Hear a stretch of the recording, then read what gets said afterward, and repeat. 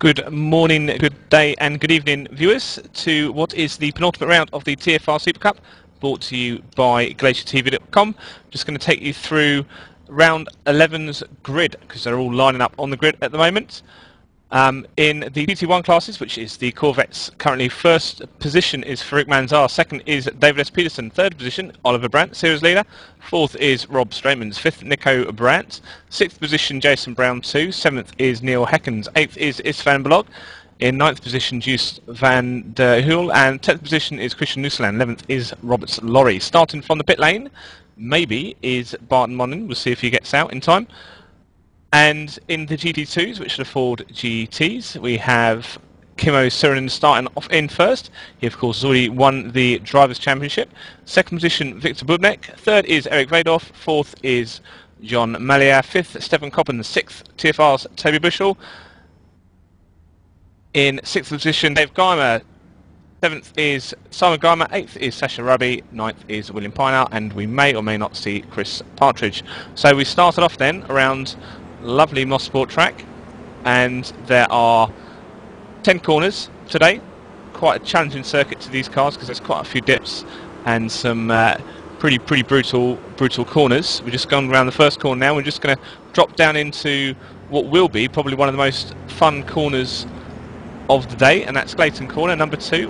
We'll see a lot of cars make mistakes and sort of plough straight on into those tyres, and then when they go out of corner number 2, we're going to go into Quebec Corner, which is a big long right-hander that takes you up to corner number 4. There we go. I think we're currently riding with Nico Brandt at the minute. Once we've gone around Quebec Corner, there's a slight left-hander, corner number 4. It's got a little bit of a dip that runs up into one of the most challenging areas of the circuit, and that's the famous Moss Corner. And we'll get a little bit confused between corner number 2 and corner number 4 because there is a downwards left elevation change. So we're now coming into the famous Moss Corner, which is essentially a very tight corner followed by a massive right-hander, and then we go right on to Mario Andretti straightaway. Big long straight. They'll be getting top speed down here. This is where you'll see most of the overtaking because there is currently about 4 seconds of difference, 4 seconds lap difference between the GT1s and the GT2s, so this is where they'll be doing most of their passing.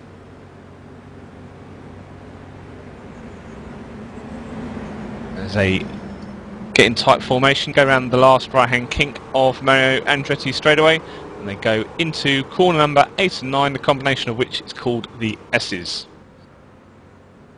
Nice original name.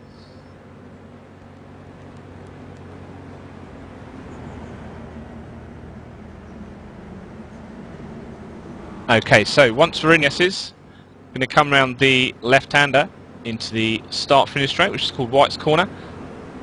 Very typical North American start-finish.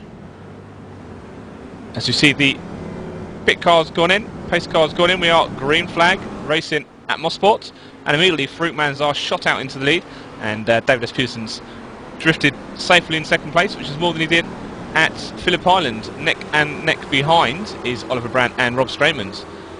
And it looks like Rob's just claimed that place. They go down to the corner number 2. No one wants to mess up in his corner, but Nico Brandt is right up his rear. And there's a touch. Straightman is in the wall. He's on his roof. That's going to cause a little bit of chaos. Hopefully Nico hops the curb, trying to get back on the track. And still barrel rolling is Rob Straymans.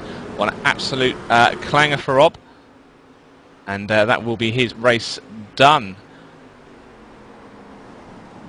And now you can get a replay of that.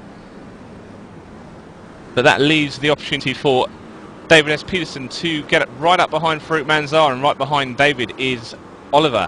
And Oliver doesn't want to let David get away because currently the lead of the championship is with Oliver, and obviously he wants to finish as close to David as he can as they go in through the S's. He's on the outside of the corner, obviously outside of right-hander, just ducks in with the left-hander before they go into White's corner, complete lap number 1. And Oliver Brandt will most likely now be trying to just set up a little turn. He'll get a little bit of a toe into this corner. Doesn't want to commit himself too much into corner number 2, which is Clayton Corner, because it does drop away. It can be quite a scary corner once you've got it wrong. Nice sort of tight apex then on the left-hander.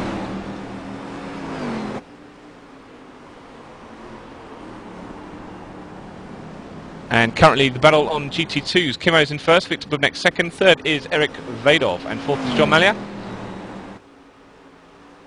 We are riding with David S. Peterson as he just takes a slightly different corner, slightly different line into Moss corner, as Farouk goes a little bit defensive and then just compromises it on corner number 6. And that allows David to bunch up and Oliver to get the drive on him. Now David goes defensive over the right hand side, but Oliver's just got his nose in there now. So hopefully for Oliver he can close his move when they come up to the S's, or if Peterson will hang on the outside.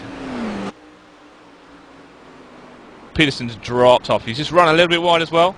Doesn't want to get to. He's on the grass. Okay, so third position. Peterson on the grass, comes out right in front of Jason Brown, and that then bunches up Neil Heckins. Oh, that's not Neil Heckins. Sorry, that's Iston Verbalog, and Neil Heckins is behind. So there's been a change of position for that as well. And currently David Peterson is defending heavily now from Jason Brown as they go on to the start of lap number 3.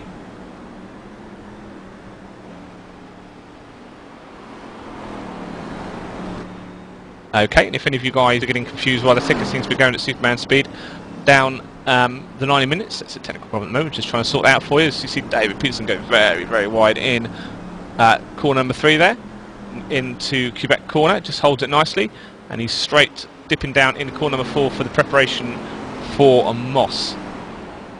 Jason Brown behind, get very, very close up with Istvan and Neil Heckins, and behind Neil is his teammate Just van der and Christian Nuslane as well.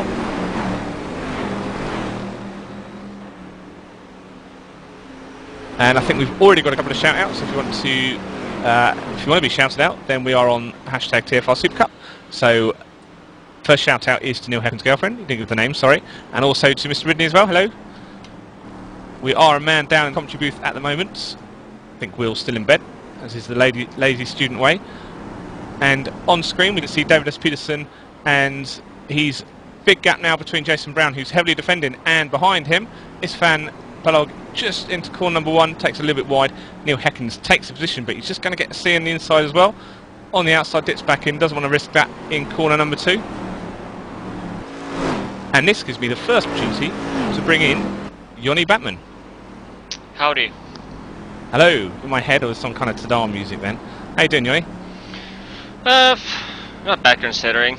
Yeah, and at the very beginning of the broadcast, my apologies for the ticker, which for some reason tends to travel through with a light speed at the moment. So don't know why, how on earth is that possible? Because until now it's been pretty much as slow as a snail, and now it's going like 200 miles an hour. But yeah, we're just gonna have to stick with the side panel information during this race. So apologize for that. Okay, all you guys can listen to the dulcet tones of myself and Yoni. Currently, lap number 4, we have Farouk in the lead, Oliver Brandt second, and David S. Peterson 5 seconds behind in third position. Fourth is Jason Brown 2, fifth is Stan Balog, and right behind Istvan is Neil Heckins still. In the GT2s, Kimo Surinen's first position, Victor Bubnek second, third Eric Vadov, and fourth John Malia. Right, we also have a bit of a fight going on between, well, I say a fight, it's more of a procession between Toby Bushnell and Team Shark Dave Gymers as well, looking like the midfield of the GT2s, looking a little bit punchy as we see John Malia and Bubnek, just as they come through the start-finish line, swap positions. So John, who's been a quite fast driver in the TFR SuperCup this season, he has found his pace at Mosport, and he's trying to claim the places back. Yeah, it was actually the first one to beat Kimo in full distance of racing. I mean, Kimo, the only time Kimo Suominen lost a race before the Phillip Island race was in Road America, where but that ended up with the Toby Bushnell incident. So Yep, so consistent from Kimmo, and he's not actually lived down the fact that John beat him last week. Everyone has pretty much reminded him every minute of the day, especially Yoni. Yeah, you can believe that. Every single day. I've also got another interesting fact as well. Last time out at Mosport with the Talk Freak Racing series, Kimmo actually won, which is not very. It's not unsurprising. However, he was in the GT1 as well, so I wasn't aware he ran the GT1s last year. Yeah, I wasn't either. I knew that he was driving the Corvettes, but I was not into the hosted leagues at that point. So, yeah, interesting point. And one more thing for me to remind him, especially after I get a chance to beat him in the Corvettes in the upcoming season. Okay, so I'm just talking about Corvettes and just looking further back. Christian Nussland is battling for 7th position at the moment with Jus van der Huel, who's had a little bit of drama on his return to the SuperCup. He didn't take part in a couple of races, and certainly in Phillip Island, but I don't know if I can't remember if he was in Silverstone or not. I'll check that later. We've got another retirement for you to join Rob Straitmans, who had a massive off in the first corner, and that's that Robert Laurie has disconnected from the service. He is retired, and I believe there's no ill feelings to Mr. Straitmans for that first accident. And we are now... Yeah, currently Kimmo Suominen has pulled an insane advantage in a short amount of time to second place runner Erik Vedorf, currently 3.9 seconds behind him. So early launch for Kimmo. Usually he just escapes with a steady pace, but this time he's just seriously bull rushed himself to the lead. And maybe goes from races past for Kimmo. Get the pedal down right away, because you can see that Jon Mali is trying to catch him up at the moment, as we see Christian Nussland in his white and black car getting caught by Nohekins. This battle's going to be it's been raging for the last couple of laps, and I don't think it's going to fade anytime soon. Just missed, just came on TV just to track down Jon Malia, and he already took the spot back from Victor Bubnik, so Jon Malia up into third. As we get another, was it Erik Vedorf going to the wall in turn 3, I think? Big off for Mr. Vedorf, which gifts Jon Malia second position in the GT1 class. And claimed by the Moss corner. Quite easy, just caught a little bit of grass. That affected his braking. Obviously all the weight's in the middle of that car, so actually just touched the grass, spun him round backwards into the wall. He's a passenger for most of that. It looks like he's rejoined, so we'll see how much damage there is. Yeah, so look at the replay of exactly what went on there. It's even an in-car cam. So it's coming out of the first turn right here, on board with Erik Vedorf right now, and coming down to the turn 2, which is quite tricky with these cars, especially since the corner starts to all of a sudden starts to give away, and you just don't have just basic error, just clips the right side of the grass just a tad, and that's all it takes for the car to just go on ice, and there's no way to get the car straight early enough to avoid those tires. But sad thing to happen. He was running a strong second place until that point. Okay, so big drama in it, and also drama further up as well, where Christian Nussland has now got past Isfan Belog and Jos van... he's passed Jost earlier, and also Nico Brandt's fallen all the way back to 9th position. So unless I've absolutely missed something... Oh no, that was from the original incident with Rob Straitmans. Okay, so massive drama at Mosport already, and that was, of course, we had the first big incident between Nico and Rob Straitmans. We've also had big fighting through the GT2 field with Jon Malia, and we've had Erik Vedorf hit the wall quite spectacularly coming into Moss Corner.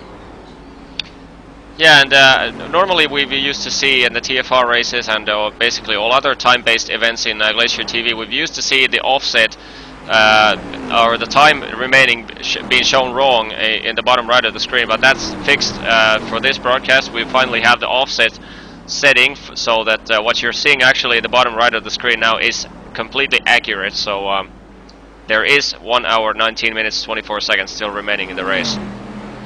And in my head there was another Tadar there, so fantastic news. And more features added by Glacier TV.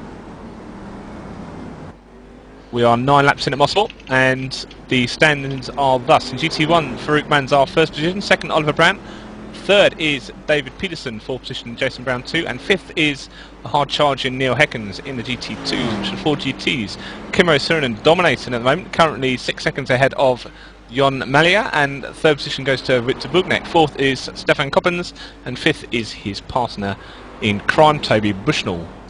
Battle off the Team Sharks, currently Dave Guyman's ahead of Simon. And there looks to be a bit of obsession in the 4 GTs with all the way from 4th position to 7th position. We're following Farouk Manzar now, who's coming to, it's fair to say, John, he's coming to some great form in the tail end of the TFR SuperCup. Indeed, and the Corvette series has been far more entertaining throughout the season than the 4 GTs.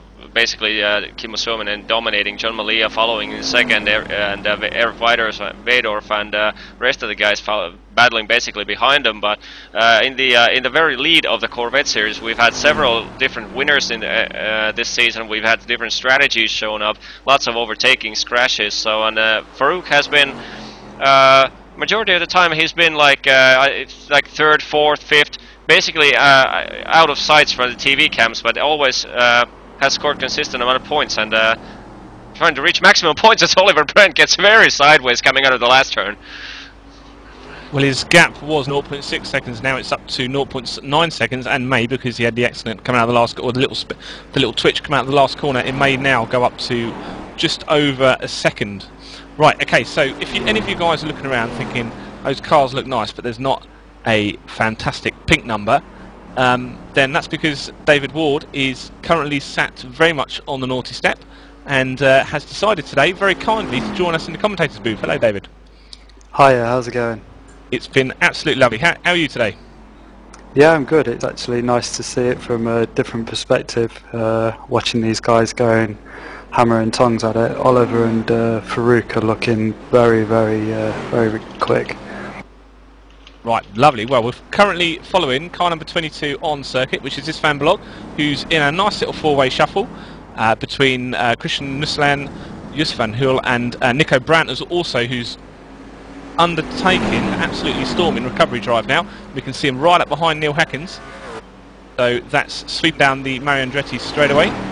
And also, looks like Svan's getting in the draft as well of Christian. So he just shows himself on the inside, coming into the S's. Brake nice and early. Oh, a little bit of a twitch there from Christian, and he has just avoided the tyres, but he's now on the grass. He's dropped all the way to the back of the line, and that was very much, David, that was very much some brinksmanship going into the corner. Yeah, it was. This one looked like he was definitely pushed him out wide, and he didn't want to get turned in on. But yeah, it was a little bit hard, firm but fair. Lovely, right, okay, firm but fair. Right, we're looking at Istvan Blog still, and we can still see behind Nico Brandt. Oh, he's absolutely up the chuff of Mr. Van der Hoel as he's inside now into corner number 3. Oh, he's going around the outside, definitely. That's a very, very nice move. Right, okay, so we're going to focus on Yusuf for a bit now. As well, we should probably actually focus on Nico instead, actually, because I've got a funny feeling Nico's going to be driving away now. And straight up into Moss corner for lap number 12. I'll be looking forward to Mosport. Absolutely, I mean, Phillip Island surprised me last week, but I've been looking forward to Mosport. And we're going on to Road Atlanta next week for the final round of the Super Cup as well. We are in car with Nico Brandt. Listen to the lovely sound of the Corvette. Right, so what we're going to do for a lap, hopefully no one to crash, even though the lead is down to 0.781 seconds. How do you feel like talking us through a lap for Mosport from the eyes of Nico Brandt, David? Yeah, I can run us through a quick lap. Right, okay, so just gone over the start finish straight. Okay, we're going down to the start and finish straight, cutting down one gear and like keep it tight. He's run a little bit wide there, but we're around the exit now. And then just over the crest, the car just becomes a little bit light as we go down the hill and power on through. Next up, we've got a right-hander, and we're down 2 gears. Keep it really tight. Get on the power and push it out wide. Here he is. He's got Istvan on the. Oh, that was close. And as we go light, the car goes light over the top of there. We're braking down 2 gears. Now this corner is really important because we're coming out onto a very, very long straight, and we've got to get good traction all the way out. Keep the car nice and tidy, accelerating up all the way up to 5th gear now, 6th gear. Keeping the car nice and tight on the inside. Now we need to let the car drift out to the left, and then we're going to be going down 2 gears. Keep the car tight on the curb, the back will come a little bit slidey. Keep it going. You've got to sacrifice the corner, turn in left, sacrifice the exit there, and then turn in right, and then get the power down nice and early for back onto the start and finish straight. And that was a lap of Mosport from the dulcet tones of a TFR SuperCup regular, David Ward, as he's getting ever so close to us, Nico Brandt, as he's getting right up behind corner number 2, and you're absolutely bang on the money. Corner number 2 and corner number 4, they both go massively light when you come over the crest, and similar corners, but very, very tricky to control. Yeah, definitely. You've got to have a nice balanced car to be able to keep the speed up through those corners as they go down the hill again. Nico's really harassing him. I'm wondering if he's just going to try and get him on this exit onto the really long back straight.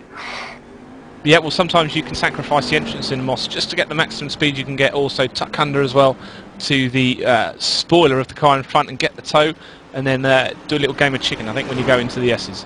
Fantastic racing here. Lap number 14. And this is pretty much the best fight on the circuit at the minute. Yeah, Nico seems to be, he's definitely a lot quicker. I think he's getting held up, and just needs to hold his patience a little bit.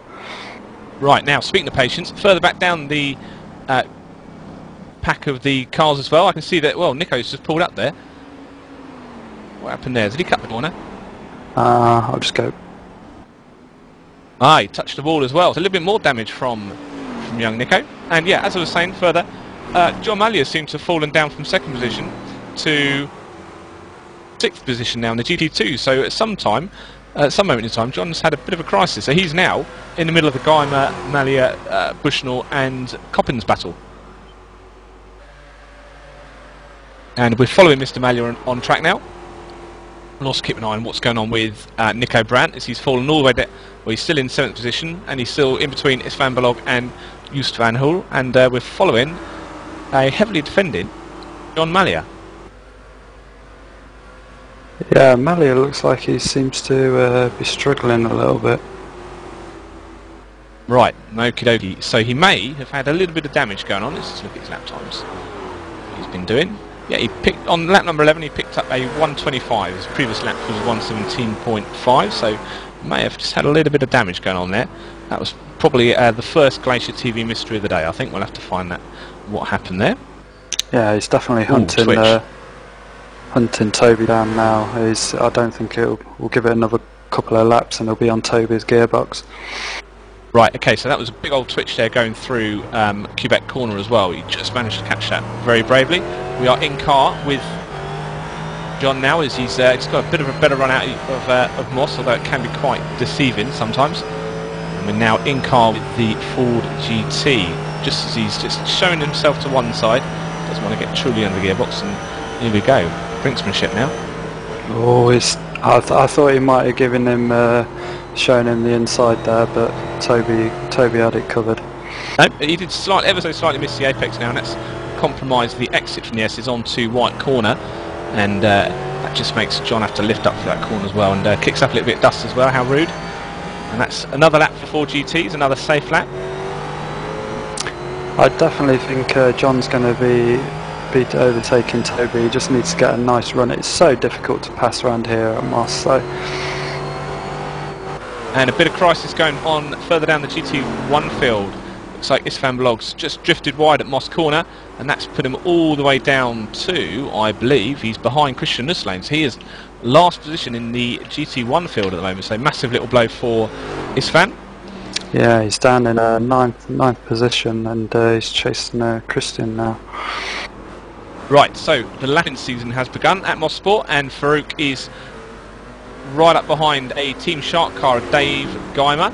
He's just alongside now the man actually straight away, and this has caused a bit of a bunch up now, because Oliver Brandt is absolutely behind him on the straightaway, and he's going to be able to get past Dave Garman as well. And this is where the magic happens in multi-class racing. Yeah, this is going to be really interesting, especially at this track, just because of even overtaking the slower cars is overtaking when you're racing is going to be difficult, and overtaking these slow cars is even more difficult, especially when we get down to the twisty section, because they're so matched onto the straights. Right, okie. So I think Nico Brandt's had a bit of a drama as well. But we're just going to sit with the GT1 cars. Cool, Oliver Brandt getting pushed wide there into corner number 2, or is that corner number 4? It's corner number 2, and he's got very, very loose. Oh, and he's just touching the grass, and that's around that right-hander, Quebec corner. You really don't want to be touching the grass on the outside. No, any grass touching on this track is, if you get away with it, well done, but you could end up into the tyres and the wall very, very easily. As we saw earlier with Eric Kradoff, and as we saw in the first lap, in fact, with Rob Straitmans, who's now holds the unofficial record of TFR rollover. So congratulations, Rob, and commiserations at the same time. Istvan Vlog and Christian Nussland have had a little touch. See what they're doing now. They look both to be on the circuit still in one piece, although Istvan has got past Christian. And the gap between the leaders is now down to half a second, or should I say up to half a second, because that's just stretched itself a little bit now that, or 1.5 seconds, sorry, now that they are past those back markers. Yeah, Farouk just picked up a little bit of dirt there. He looks like he's a lot quicker than Oliver through the traffic, so I guess when they come back round to pass the GTs, hopefully Oliver can catch up and we can get a real good race going on. Absolutely, and it's fair to say I've got a funny feeling that Farouk's a lot more competitive, or not competitive, more aggressive driver than Oliver as well, because we have seen Oliver take quite a lot of care. We can see now Farouk catching up with the lovely paint job from William Pina, who is currently in last position in the GT2s, and he just pulls over the inside, gets them all past. Yeah, that was really good driving, just letting the GT1 guys get on with it.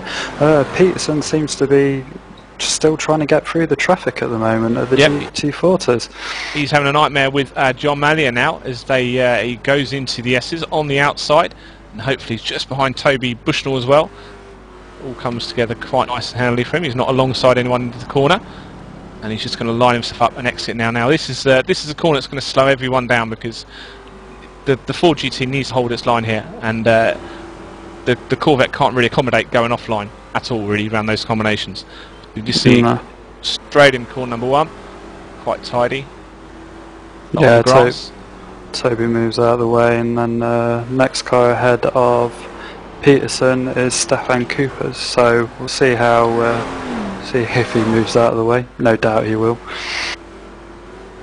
Right, okie dokie. So we're following Mr. Bushnell at the moment, and in front we can see Stefan Coppens, David Peterson, and this is pretty much a TFR sandwich at the moment. All 3 drivers from the TFR stable. And it's good to see Mr. Coppens back. We've not seen Mr. Coppens a lot this season, although every time he does start he runs fairly strong.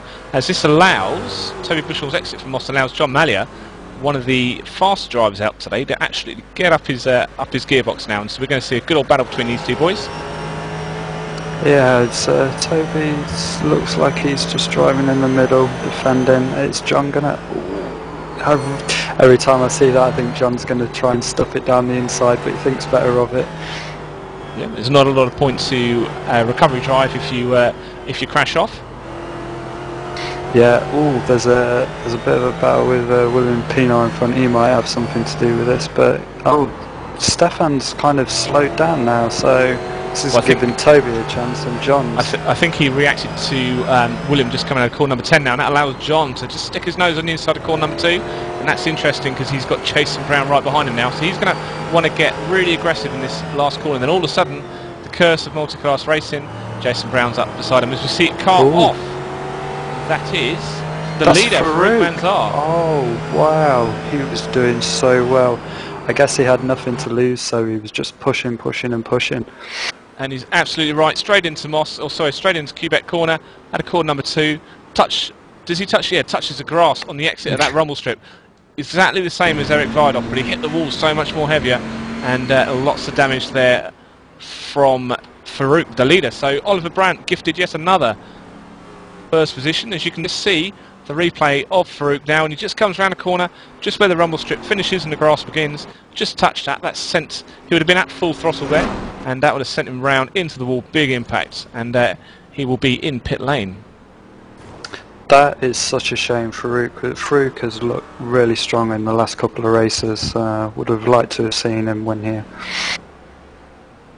Well, we saw that almost live on cameras, but we were following the battle between Toby Bushnell and John Malloy and Stefan Coppins as well. And Jason Brown's not actually passed these guys yet, because obviously he saw the incident and he knows they're fighting for position. They are just owned side by side down into Andretti straightaway, just into the S's now. Toby's still in front, John's behind, but maybe John's going to do a bit of a switcheroo now coming into corner number 9, and this is damaging Jason Brown, but at the same time he doesn't want to get caught up in this. And no, it's so difficult to try and not get involved, but Jason does need to quickly and safely get past these guys as soon as possible, because they just seem to be holding up.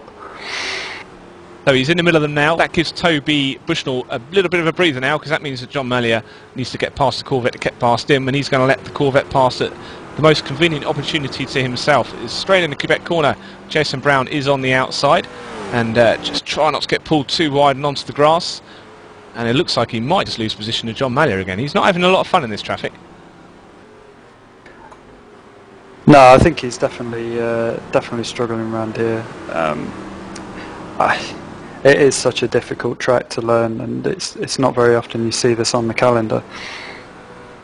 Although they do race, obviously they race Elms there as well, and all sorts of places at Mosport, all sorts of races at Mosport, multi-class races as well. So I think Nico Brandt has had another bit of a drama as well. Nico's clawed himself all the way back up to 5th position now, and is currently just 1.9 seconds behind Neil Heckens. And Farouk Manzar's called it a day. Massive blow, David. Yeah, Farouk was. I'm really disappointed that he's out. He's shown really good pace. He managed to get it on the pole. Well, he's got Road Atlanta for the next round, and hopefully he can leave the season with a good result. Absolutely, and just see the big switch in the corner number 2 now from Toby and John Mallier. And behind John is Neil Heckens. We're going to see the battle between Neil Heckens and Nico Brandt as well, I think. Whipping round Quebec corner. I'm just going to take a look at the championship standings now. And of course, because obviously this is under halfway through the race, Farouk will not get any points. And that will allow Nico Brandt to catch him up. And yeah, that's a big old advantage for Nico if he can score some points. We see Mallier straight up into Andretti straight away now, and he'll take advantage of the toe now. Although they're 3 wide almost on the straightaway, and this is going to be a bit dicey going to the S's.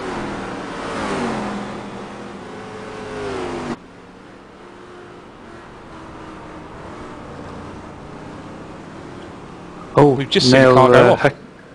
Yeah, it was Neil Heckens. He's just run wide again. Again, it's that second corner downhill, touch the grass. You're going to be getting very, very loose.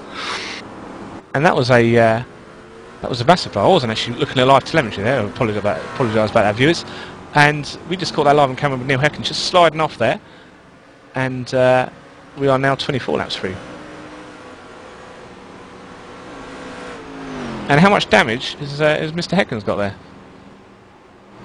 He doesn't look like he's got that much. He's coming up to the back of Dave Guyman now, so we'll see his lap times when he comes around and see if he's lost any time. Right. Okay. So I believe who was that hit? I think someone just one of the GT1 cars collided with Simon Guymer, who's at the back of the GT2s. I think, was that Neil? Yeah, I think it might have been. I think we'd have to trawl through the replays and see if we could find something. But Nico's going around the outside of Stefan Coops, and we've got John Mallier and Toby as well, fighting for position heavily again, but John just can't seem to find a way past him. Which is he's reached a veritable brick wall, as Mr. Malia. But then all these lapping cars aren't really helping him a lot either. No, they're gonna disrupt the rhythm. I mean, when the GT1 goes down the inside of the GT40s, obviously they can't get on the power, and it helps the guys behind sometimes get a little bit of a break on them. Oof. Oh, it's getting a bit tasty. There's a lot of I might have believed that colour from Neil Heckens and Just are all the Team Dutch, aren't they? They're the Dutch team. I think they are, yes. Yeah, it's a pretty easy bet, orange and Dutch, isn't it? But that's pretty congested through the corner number 10. Yeah, there's. I think actually Neil's got some damage. He was looking very twitchy into that first corner. So Toby's taking the inside and making the GT1 go around the outside, but Neil's on the back of him now. Massive bit of a mini slide from Toby Bushnell there, and I think at the moment he just wishes all these GT1s would shoot past him, because this is quite damaging for everyone's races really, to have this much congestion round. We are 26 laps through at Mosport, and I'll just take you through a quick position count, and we are seeing a lot of changes, but currently first position GT1 Oliver Brandt, second David S. Peterson, third position Jason Brown 2, fourth is a recovering Nico Brandt, fifth is Yusuf van den Heuvel, in sixth position Neil Hecken, seventh is Isvan Blog, and eighth position is Christian Nussland. First position GT2s goes to, as ever, goes to Kimo Surunen, second Victor Bubnek, third Stefan Coppens, fourth Toby Bushnell, fifth John Malia, sixth Dave Garmer, seventh Sasha Rabe, who we've not mentioned a lot today. He's had a bit of a quiet race. Seventh position William Piner, and eighth is the still in the pits Simon Grimer. Sorry, the retirements at the moment: Farouk Manzar, who crashed out from the lead. Eric Vadoff, who's also out, Rob Laurie, who retired through to reasons unknown, and a big first lap accident from Rob Straitmans. Oh, we've just missed an absolute barnstormer. Did you catch that, David? No, who was that, sorry? Right, okay, so that was at Moss. I think it was at Moss. So it's Andretti straightaway. Toby Bushnell running wide in the S's, rejoined the circuit, no contact I can see. But he's now dropped. He went straight in the pits, so maybe a bit of damage and a bit of fuel as well. Yeah, he'll probably just try and get the car repaired, fill it up, and see if he can try and leapfrog him round. Yeah, he just ran a little bit. I'm just watching this now. He ran a little bit wide. Looks like he might have got pushed out a little bit by Neil as they turned in. Right. Okay. So big drama still at Mosport, and David, remember. Not to do the standard Sutherland mistake. Once you've had a look and see what someone does, don't fast forward it. Forget to fast forward it to the live stream, because that does happen and you sound like a plank when it happens. So we are now live, and we are following the car number 22, which I believe is Isvan Blog, who's battling with one of the Dutch cars, Neil Heckens in front and Christian Nusselen behind. They are currently 40 seconds off Oliver Brandt, who is in the lead. And big wide side. Neil's gone. He's put it into the wall. That's it. I think his race is over. And he's got the GT40s as well. Had to dodge him. So that's kind of messed up John and Stefan Coops there. So it's disappointing again. Yep, another little slide for Neil. We've got it live. I say we're lucky to get it live, but it was a crash. It was an accident. It was potentially the end of someone's races. So he's had to get towed back to the pit lane now, and an unfortunate event for Neil Heckens, whose day's gone from bad to worse, really. Yeah, he seemed to be doing quite well. He had some good pace. I was expecting him to be up there with the rest of the guys, but everyone just seems to be dropping like flies, and lo and behold, we've got Oliver and Peterson 1-2 again. So how's the championship looking from that side? Well, I was under the impression that Mr. Peterson wasn't taking part today, and that, as a result, would have pretty much handed the championship to Oliver Brandt. But he's taken part. Maybe he's called in sick at work or whatever. So if his employer's watching, then this happened on Monday morning this race took part. It didn't happen Saturday night, so he's currently strong in second position, but as long as Oliver finishes, if Oliver doesn't finish, then it's into David's hands for the last round at Road Atlanta, I believe. Well, that would be nice to have it to the last round and go down to the wire. Absolutely, which is not what happened in GT2, where Kimmo really ran away with it, which was lovely for him, but not for everyone else and not for the viewers. Although we did see the classic paint job of light blue and white of the Glacier Racing, which I believe my director is very happy that I talk about. Oh, and I've just seen Toby has gone off again, so that was just going on to the back straight.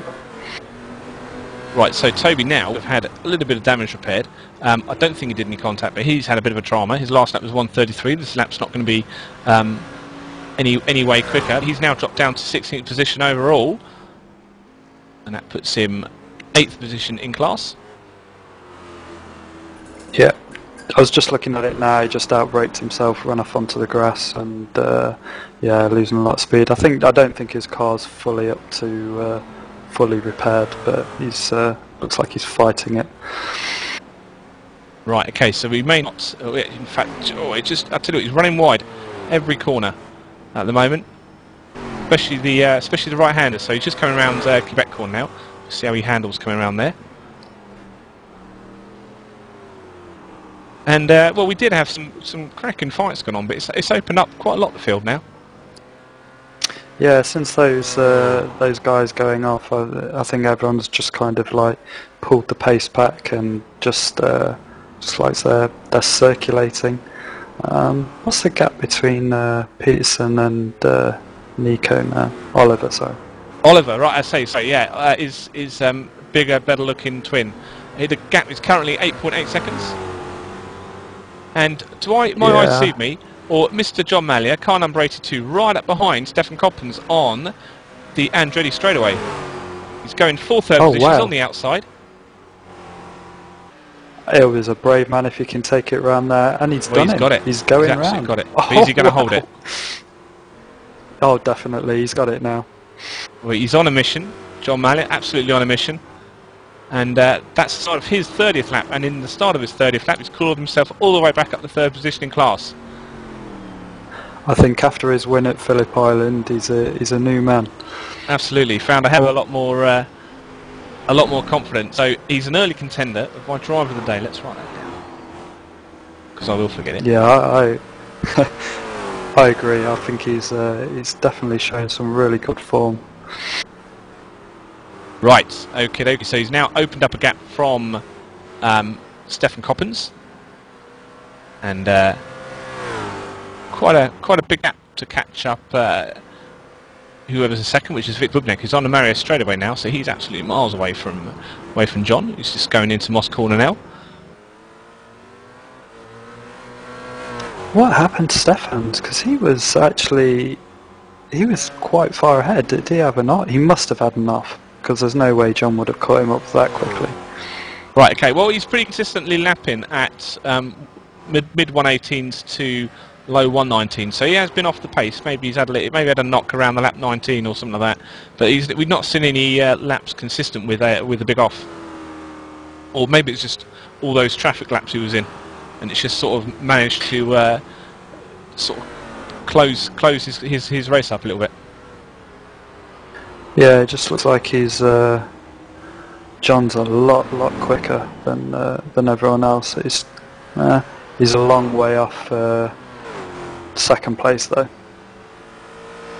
Right, and speaking of second place, David S. Peterson currently still 8.5 seconds behind Oliver Brand. However, he is lapping just a little bit quicker. So we'll see how. We'll see if that gap closes up a little bit. And we're following him now. We're following Oliver, sorry, the leader of the race. Just coming round Cubic Corner, gets a nice little slide on there. Yeah, it's fully in control, Oliver. Right, and the gap between third and fourth positions just under 10 seconds now. That's between Jason and Nico. So we might see that battle develop. And Jason and Nico have been driving pretty much in or around each other for pretty much the second half of the season. So these guys certainly know how to race against each other. and Nico is lapping in the mid 113s at the moment, so he's absolutely on the pace. Yeah, I think he'll catch Jason, and he'll be able to catch up with Jason. Maybe the pit stops might have a play into this. Do we have a pit stop window when the guys will be coming in? Ah, right. Okay. I believe. I have no idea actually. I've not. This is why we bring experts like yourself along, Mr. Ward. I haven't actually been driving this track that much this week due to circumstances. Right. Okay. Well, we we have another expert in the booth as well, and that is Mr. Batman as well. He says about 60 minutes he reckons it's going to be, and we're 45 minutes through at the moment. So maybe for the guys that have had to stop, like Simon Geimer and Toby Bushnell, who've had little accidents, and maybe those guys are going to change theirs up a little bit. But everyone else should pretty much be around 60. It depends if they want to go long or go short. Yeah, looks like Peterson's lost a second from Oliver, so this is gonna be all about the pit stops and who can leapfrog. Right, and where did he lose that? That must have literally been on that last lap he lost that second, because he's been... I think he lost it going on into turn one. I saw him passing the GT40 and just taking it very cautious. Okay, we've got someone coming in. Yep, that's Dave Geimer's coming to the pits. Yep, so Dave Geimer's in the pits. The second team shark of the day, so he's taking a very, very early pit stop. His in lap was a 1:24.2, so he may have had a little bit of drama. Well, we got Neil and Christian in there as well, so are they being repaired from earlier? Ah, well, Neil certainly would have been repaired. Christian, not so sure what's happened to Christian actually. He must have. His lap 33, his last lap was 1:23, so he might have had an off as well. So we just see Jason, Nick Brandt and Simon Geimer, or Kimmo, sorry, driving pretty close, just trying to lap that car. And GT pit window, it's about 55 minutes maximum, that doesn't really tell me a lot. Mr. Batman. Right, so let's try and find some battles fuel. Seems that everyone's sort of stretched out a bit. We currently have, I would say, about 16 or 17 cars racing at the moment. Oh, Toby and John were pretty close then, or is that just John lapping Toby? I think it's lapping going on there, because obviously Toby had that massive off, and he's still running very wide, coming out of 10 and kicking up a lot of dust there. So that car can't be handling as nature intended, or as Henry Ford intended anyway. Yeah, it does look like he's struggling. Yeah, he's kicking up the dust again. He looks like he's really struggling. He's going to be, I tell you what, he's going to be a bag of nerves in that car. We are on board now with Nico Brandt, who's absolutely on fire currently, trying to catch up Jason Brown. He is down to about 8 seconds gap now from about 9-10 seconds it was a few laps ago. And he's driving the wheels off of that car at the moment. Yeah, he is. He's definitely wanting to catch up to Jason. He might actually catch him just at the pit stop window, and it'll probably be a good thing to do that, because again, passing around here is going to be so difficult, and Jason and Nico are both very capable drivers. We've got another 15 minutes, so yeah, things should start getting interesting. Right, okay, so Christian Nusslein has also exited the pit lane, and he's conveniently on the same lap as Kimmo Suhonen in the GT2 car, and Kimmo's just taken a place off him. So Kimmo is actually now up in 7th position overall, even though they're not competing against each other, and Christian's now down into 8th. So Kimmo's doing it again. Basically when Kimmo's bored battling with the GT2 drivers, he picks on the GT1s instead. It's very sporting of him. He's a very fast driver, and yeah, he can definitely battle out with some of the lower class GT1 guys. And also, he knows his track very well, because he won here last year in the GT1s, which is my trivia of the day. And we're still on board with Mr. Brandt now. As his last lap, it just crosses the start-finish. His last lap was a 1:15.3, so quite a slow lap that time round. Yeah, I think he just got caught up in traffic, passing Simon Geimer, Dave Geimer's brother. So I hope so. Maybe that's like Nico Brandt and Oliver Brandt. Well, they're long lost second cousins removed, aren't they? So, yeah, no, absolutely. Yeah. Guymers are old hats around the UK sim racing scene. When I say old, I mean, I don't mean old. They've just been around a while. When I say been around a while, I don't mean they're like, get around or anything like that. I just mean that they're, oh crumbs, I've done it again. Right, okay, so Guymer D, we'll call him, from Team Shark, is currently up in 5th position, and Guymer S is all the way down in 9th position. And looks like Guymer S's car's just pulling to the left slightly, or just pulling to the right slightly. She's just caved it round as he's on the Andretti straightaway still. And he's currently got a lap to get up behind the Toby Bushnell. I think he's got a lap to get behind Mr. Bushnell, because Bushnell's 4 laps down from the leader and Simon is 5 laps down. So this could be a great recovery drive, and it's one of those drives where he'll be doing alright and then someone will crash and then he'll get a position. So as long as he brings it to the end quite safe, he may very well finish in the top 7.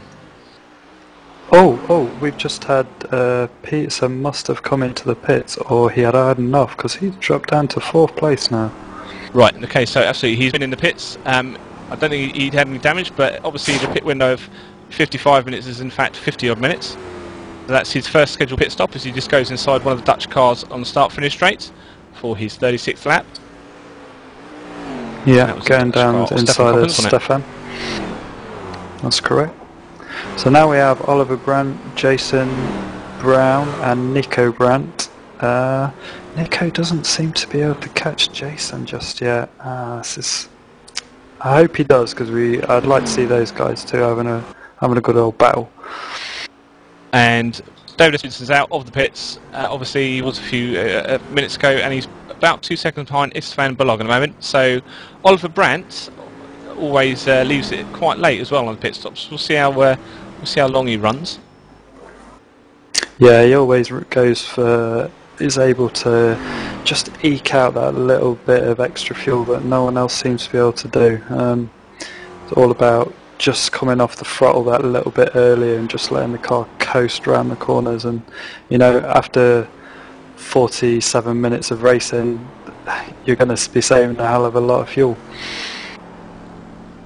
Top tips. I think we're going to need to have David technical interludes to go alongside the Yoni technical interludes as well. Actually, which makes it quite convenient, as you've got a GT1 master and a GT2 master in the commentary booth at a minute. And who can find any fights on the circuit at the moment? We've got David and Nista. David's coming up to Istvan, but I can't see him putting up much of a fight. He might just let David go, but we'll see. Right, okay, so what we do know is that Nico Brandt still about 7 or so seconds behind Jason Brown. He's catching slowly, but he drops off, so that may sort of happen in and around the pit stop window. Toby's back into the pits again. Well, that one can't be scheduled. He mustn't be happy with that car. I wonder if he'll call it a day. I think he will. He's well down off the pace, but he might just soldier on. The guys might be able to get it fixed and send him back out again. Well, that's all to the advantage of Simon Guymer, who's just gone up as a position in class now. So he is now up into 8th position in the GT2s. He's just got a lap to make up now on William Pye. Now that's his next victim for his recovery drive. And the first 3 drivers in the GT2 class are pretty much unaffected. Kimmo Sirinen, Victor Bugnek, and the recovering John Mallier as well. And John, there's a massive amount of work to do from John, because he is 2 laps down from the leaders now, and the rest of them are 1 lap down. And he's just behind a car of Sasha Robe as well. Yeah, I'm just watching Peterson and Istvan. David's caught him up. He's on his gearbox now, and it's just a case of not if, but when. Okay, and he certainly doesn't want to run into anyone now, because he knows for a fact that Istvan will not have pitted as well. So you don't want to run into a car that isn't on the same pit stop window as you. Yeah, that could really mess things up. Oh, he's run a little bit wide there, and David looked like he was going to poke it down the inside, decided against that. We go for another lap. I thought Istvan would have come in by now, but David's just gets a little bit loose on the exit onto the start-finish straight. Istvan's just keep it, all he needs to do is just keep it tidy, and David will not be able to find a way past him.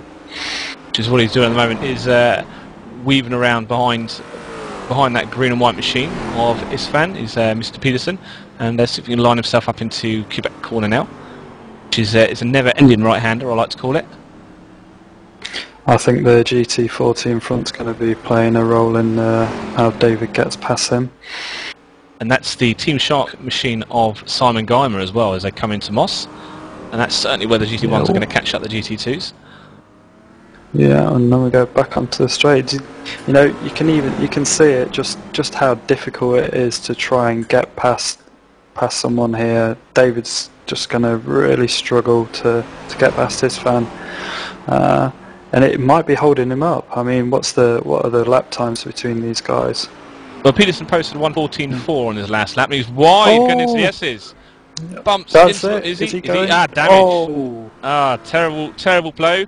That's just coming out of the S's now, hops over, and is he going to call it time? He's just been in the pits already, isn't he? So, see how much damage pulls in now. Let's see if his car will be pulling to one side, but that's a massive blow for David Peterson. Yeah, I think Peterson was just getting a little bit frustrated behind his fan and just outbraked himself. And as soon as you touch that grass, your car is going to be damaged. Right, we're going to show an in-car replay, and just as he tried to, it was wide in that corner, and just as he tried to turn in, bite the apex, just a little bit of understeer that towed him very wide into the S's. Yeah, you can see here they're coming up to the GT40.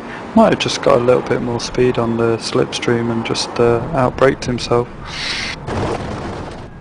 Right, yeah, so now he's right up behind Simon Geimer again now in live, and just rinse repeat. So almost a lap around again, and he doesn't want to make this mistake twice in 2 laps. Yeah, he was lucky not to hit that tyre wall a little bit harder. Yeah, it was lucky he managed to get a bit of rotation on that grass then, wasn't it? Because he certainly caught a bit of air going in quite early between the tarmac and the grass. Yeah, I think his steering's definitely going to be a little bit bent on the steering rack, but yeah.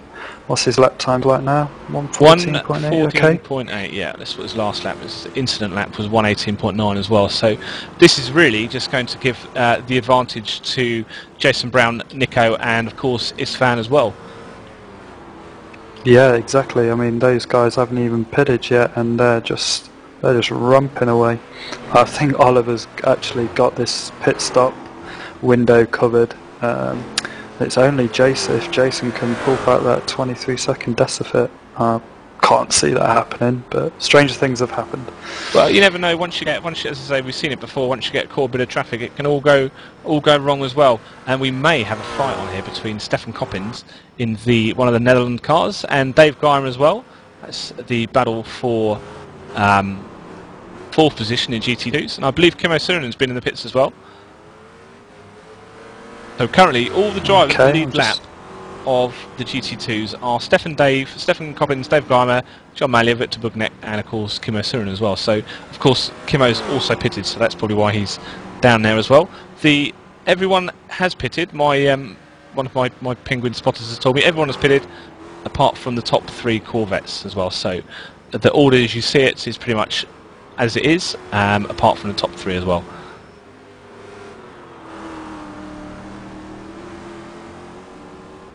Okay, it looks like Peterson's definitely trying to rake back in that gap with Istvan. So if this puts him if he does finish where he is now, how does this pan out for the championship? Does this mean he can't win it? There's all the old there's drop. I think there's two drop point weeks, aren't there? If I remember. Yeah, Nico had a bit of a. Looks like he had a bit of an off there with a 1:44 lap. Well, that's not very good for Nico as well, because Nico is right up behind Johan Mallia at the moment, so maybe he's had a bit of drama there. But Nico's really looking to take advantage of everyone in front of him pitting badly, and he certainly needs to do a bit of work. He's only 10 seconds behind David Peterson at the moment.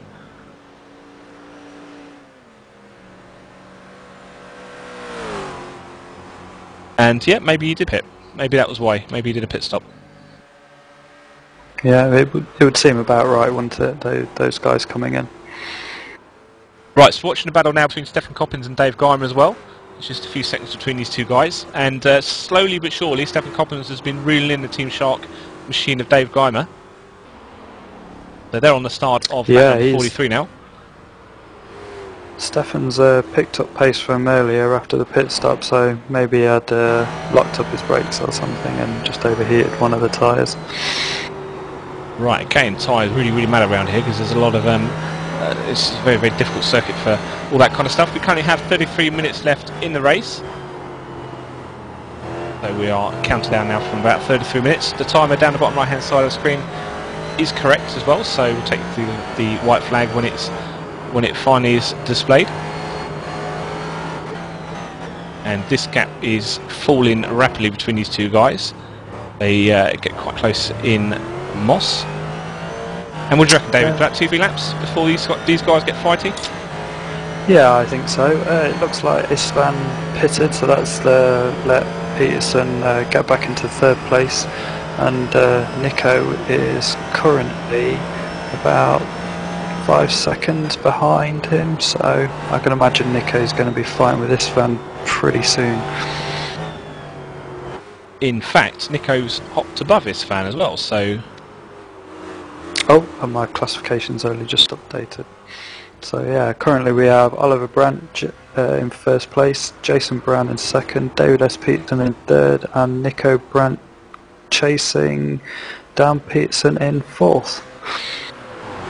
Right, okay, and my telemetry tells me that Oliver Brandt's lapped everyone up to fourth place, but of course Oliver hasn't pitted yet, so that won't really sort of show us a true reflection until he has pitted, as he's just coming around in corner number 2 now, or corner number 4, sorry, to lap John Mallia.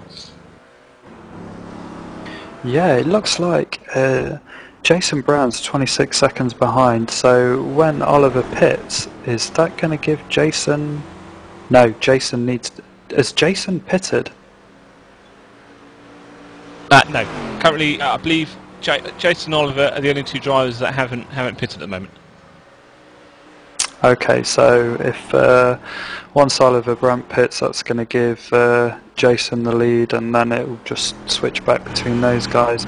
But Peterson might be able to catch up with Jason. We could have a nice battle on our hands. Well, the last lap from Mr. Brown was a 1:14.1, and from Mr. Peterson was a 1:15.3. So David's not posting fast laps. Well, in his last couple of laps anyway. Still got the pace in him. But he really needs to sort of get his pedal to the metal now and try and close as much as he can between Jason Brown to give him a bit of an advantage.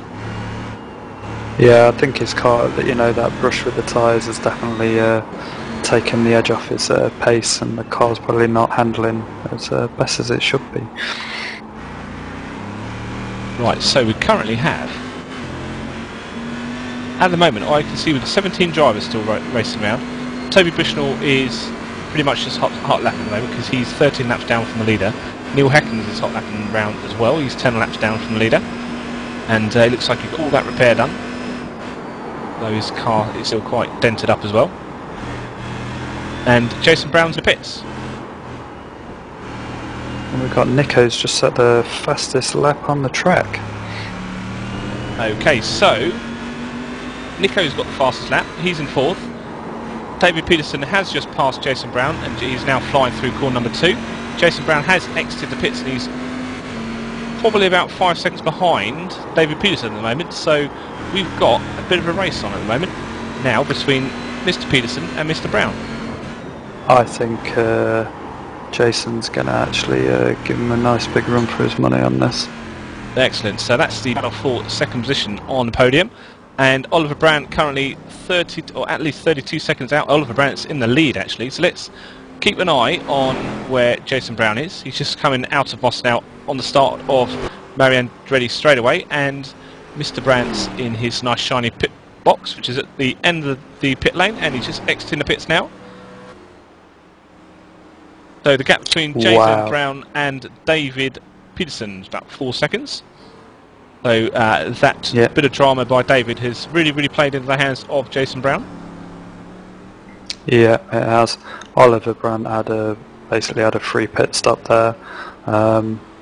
Jason Brown's going to be definitely hunting down Peterson. I think we just need to keep an eye on the lap times, and then we'll know how well they're doing. And indeed the traffic as well, because David Peterson is catching the car of the Sasha Rabe as well, who we've not really spoken about much today. As I think that's the second time I've mentioned him when we're not giving classifications, but just catching him around corner number 4 now, and he's a bit indecisive. He's going to go inside or outside into the corner number 4 for Moss. Yeah, David got a little bit slidey. Car definitely gets light going over that hill as you drop down. Okay, that falls into the hands of Jason Brown now, who's going to be able to catch Sasha up through the Mario Andretti straightaway, hopefully. And that's the second part of that, and that will give him a pretty hassle-free lapping, I think. And who's the next car in front of Mr. Peterson? That is actually a Corvette of Christian Nusslein, actually, so there's a massive amount of space now between David S. Peterson and the next Ford GT2, which is Kimmo Suriname. Yeah, Jason Brown's absolutely on a mission to catch Peterson. Right, okay, so we can take you to the fight now between Dave Geimer and Stefan Coppins, which is heating up. Yeah, so this is, we said this was going to happen earlier, so Stefan Coppins has definitely got a turn of speed on Geimer. I'll be interested to see who comes out best on this. Okay, so time to sit down with your popcorn. We're going to see some great GT2 racing evolving now between these two guys. We're following Stefan Coppins. Stefan is so quick through there. Geimer seems to be just taking it a little bit easy. Might have gone a little bit defensive, but yeah, Stefan. I think Stefan's going to have this one going down, and he could maybe do a lunge down the inside. Well, in a funny old case of deja vu, Neil Heckens is currently behind Stefan in his GT1 car as well, so interesting to see that these guys will be in the same comms, no doubt, so interesting to see what the chatter is between all these boys. I think Neil's just going to sit behind there and let him get on with it. He doesn't want to get involved in this battle going on. Right, so looks like Stefan's dropped off. He's allowed Neil Heckens by, and a little bit of a update on the Jason Brown David S. Peterson. Jason Brown is currently 1.4 seconds faster than David Peterson, so Mr. Brown will be catching the damaged vehicle of Peterson in the next few laps, hopefully. So we'll try and pick. Oh, now half a second behind. So I think it's probably time to. And no, that gap's fallen. So I think if we stay on Mr. Coppins at the moment. Another retiree of the race as well. William Pinar's dropped out of the race. He's called it a day from 15th position overall. Yeah, the Neil's actually kind of messed up the GT40 battle going on there. He got in between them and had a little moment coming out onto the start and finish straight, and Stefan's had to kind of check up. So that's given Geimer a bit of breathing space, but hopefully Stefan's car's a lot quicker than David, and he should be able to catch back up on and give us a battle. Right, so talking about fast cars, we're now on board with Jason Brown too, and we can see in front of Jason is Christian Nusslein in the other GT1, the slower lapping GT1 is currently pulling out 115.5s, and in front of Christian is Jason's intended target, David S. Peterson. The last lap was 114.3 from Jason, and the last one was 114.1 from David S. Peterson, so these guys are getting very, very, they know each other in near as well. I mean, David would have seen in his relative window that Jason Brown's on a hard charge, and would have put him under quite a lot of pressure to really respond to those lap times.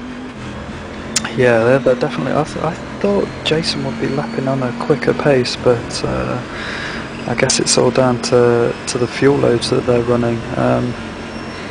He does seem as though he's catching Peterson, but again, you catch someone, there's nothing passing them.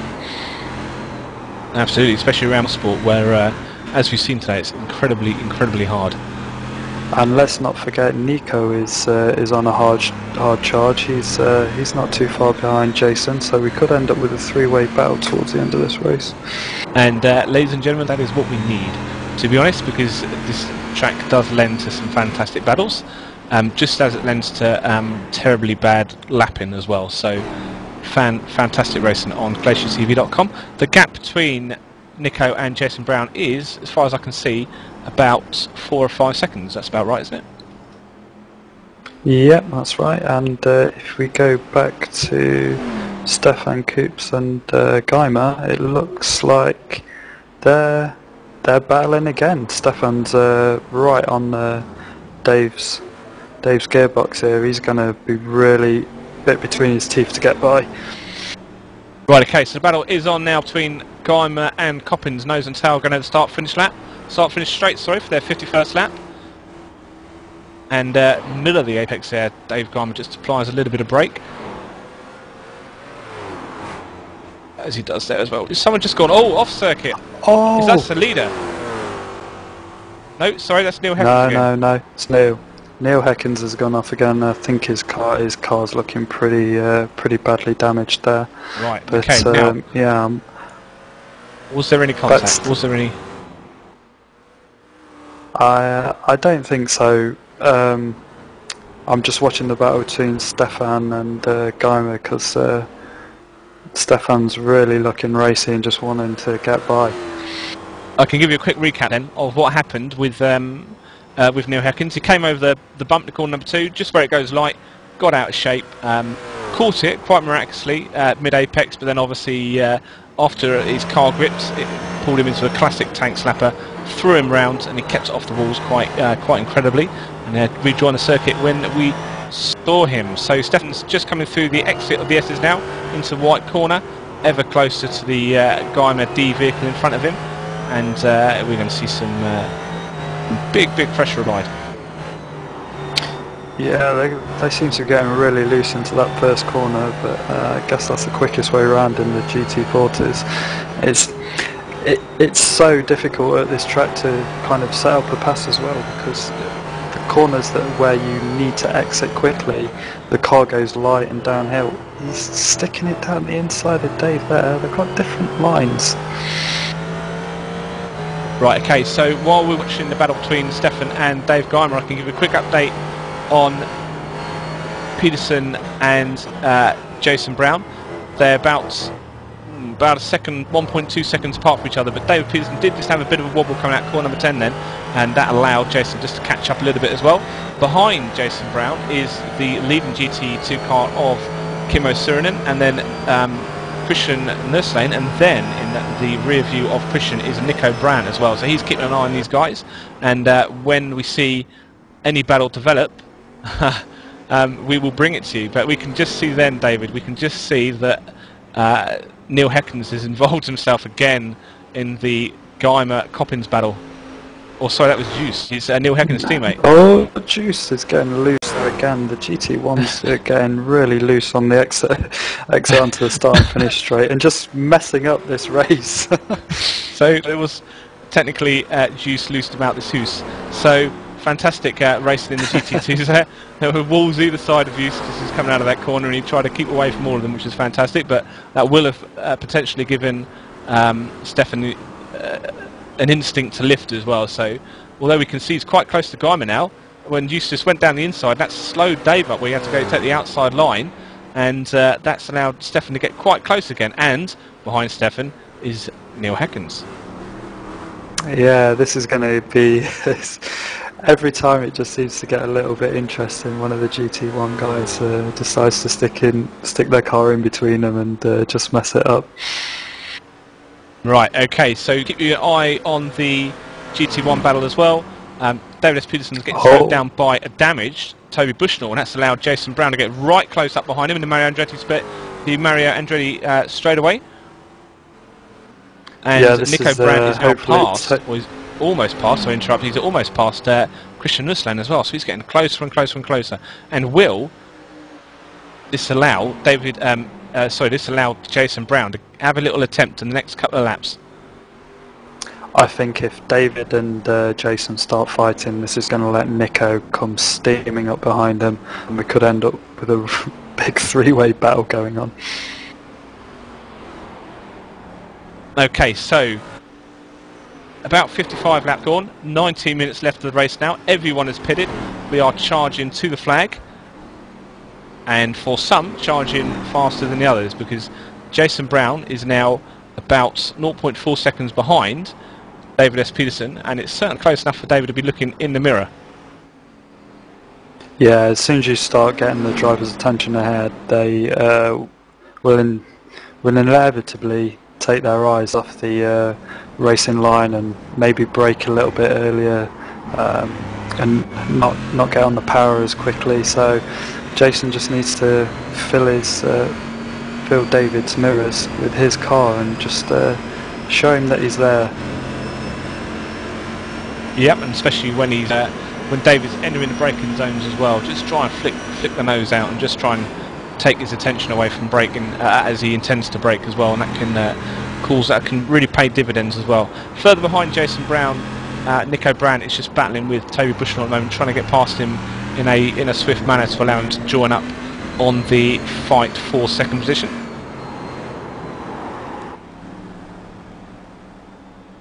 And I think the Geimer, Dave Geimer. Yeah, that's about 5 minutes away, isn't it? Yeah.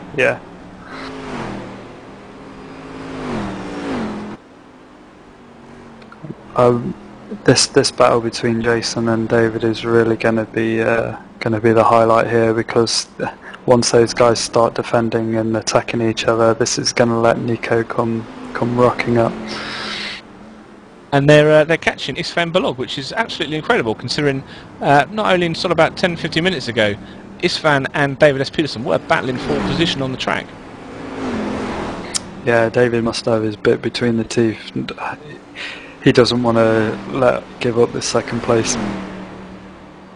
So there's going to be round 2 of this Van-David battle, but one of them will have a flag being shown to them, because Peterson will be lapping quite soon.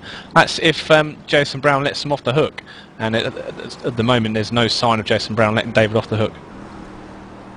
No, not at all. This is, I think Istvan's going to be playing his role in this little battle as well. He's really racy today. Okay, Nico Brandt is still about 3 seconds. Yeah, absolutely 3 seconds behind Jason Brown as well. So he's catching the fight. So go down in corner number 2, straight around Quebec corner as well. Yeah, those 3 guys, David, Jason, and Nico, are all lapping in about the same, doing about 13.9. So it's not to say that David's holding them up. Well, David does go into, I've noticed he does go into Quebec quite loose on the entrance to Quebec. There's an initial slide, and then there's a grip, and then he throws himself in. But this is Jason Brown now is absolutely up his gearbox now. I don't think David S. Peterson had the best time coming out Moss in that corner. On that lap, sorry. No, I think his car's still, he's probably still trying to drive around the damage that he's got from hitting the tyres early on in the race. But this is going to turn into I can't see where Jason's going to be able to get past him on here. Well, I tell you what. Sorry to interrupt, as this fan just pulls over and brakes him, but further in front as well, we've absolutely missed the Geimer-Coppins affair. Geimer has got past Dave Geimer now, and just behind Dave Geimer is the battle we're watching on the screen between Jason Brown and David S. Peterson as well. So, wow, this is a bit of a position change, a first in what seems like forever in this race at Mosport, and David Geimer just allows Peterson and maybe Brown to go past as he drives offline. Yeah, that's good driving from Geimer there, just letting those guys get on with their battle. But I can't think that Stefan's going to be so accommodating. And there's Jason. I thought he was going to try and shove it down the inside, but he can get a run onto David onto the back straight here. That was a big lift on the entrance to Moss by David S. Peterson, caused Jason Brown to get up behind him, and I can't help but think that this is going to really damage the aspirations of Nico Brandt to catch up with these guys, because David Peterson and Jason Brown have really been slowed down at the same time, so they're not really, it's damaging each other's races, but you never know how Nico's going to be able to get past all of these guys. As we see, they're outside some nose and tail now. They're up to the other team's Sharkmobile of Simon Geimer. Oh, and David throws it down the inside and Jason tries to follow him. It's just going to be quite tight. That's good driving, kept it there. So, but Nico's seems to be cutting through the traffic quite nicely. He's just caught Geimer D, isn't he? Yeah, that's right. I think he'll get through this traffic quite easily, and then he's just going to have to set up around about chasing after Jason and Peterson ahead of him. Right, so we are watching the battle between Peterson and Brown for second position on as wide into Moss for the second lap in a row, and a twitch from Jason Brown. So Jason really could not capitalise on that, and that drops them back to about a second and a bit now at the exit of Moss, which means that will spread out as Jason Brown's not been able to get the power back down on the start of the straightaway. So what we saw then was David Peterson for the second lap in a row run wide into Moss. Brown tried to capitalise, get his nose inside, but as a result of that, just lost control of the car for a millisecond, and that's just at the millisecond you really don't want to lose control on this circuit. Yeah, you need to get a good exit onto that back straight, or otherwise you might as well forget it, because the guy behind you is going to be all over you, and that is probably the only safest place you could try and shove your nose down the inside of someone. But hopefully Jason will be able to catch back up with David and keep pushing. Right, okay, so the gap now is 31.1 seconds behind Oliver Brandt. David S. Peterson, 32.3 seconds behind Oliver Brandt is Jason Brown, 35.4 seconds behind Oliver Brandt is Nico Brandt. So, just stretched out a little bit there. Nico has successfully navigated past the cars, the GT2 cars that were still, at least a couple of them were certainly battling for position. So now we've just got to wait to see if all of these guys can catch back up to each other again. Yeah, it was turning into an interesting battle then. I actually thought, looking back on that, when David went wide, that Jason kind of checked up because he didn't want to dive down the inside, because Jason was taking a tighter line to David, and so he checked up a little bit, and that's caused this gappage to appear between them. Right, okay, so the start of the 63rd lap, we can see that David Peterson just catching Sasha Rabe again, and Jason Brown's posted a 1:14.2, so quite a quick lap. We've got about 11 minutes left in the race before the David's flag been show. held up by the GT40 going down into turn 1, and Jason Brown got a lot easier overtake. He got by them a lot easier, so now he's on to David. This is going to be interesting. So I reckon that's down. Now we've got... Yeah, so I think we're down to about half a second now, and Nico Brandt just being held up slowly by Sasha as well. So I reckon half a second gap between these two guys. It's not quite in the tow yet, and what is the tow? Just about half a second between these two guys when you're on the Andretti straight? Yeah, so you start getting at about 3,000s and then 300s, and then you start pulling in. So yeah, half a second and it'll just start towing you into the back. And then of course you've got to, it's not exactly a straight, the Andretti straightaway. There's that little kink to the right where it just drags you out to the left hand side of the circuit, which is where you need to be for the starts of the S's. But it's not exactly absolutely die in the wall straight, so you really need to pick and choose the time to draw alongside someone. As we can see, Jason Brown just run a little bit wide there into corner number 1, throws himself light over corner number 2, tucks himself in, and the gap is indeed about 400ths of a second. Yeah, so hopefully if Jason can get a good turn and get the power on for the straight, we should see him catching up to David. But and they're catching. David's good on the brakes into there. They're catching Neil Heckens, John Mallier, and Eust as well. So they're never going to get. David can't get quite a few minutes around this circuit, can he?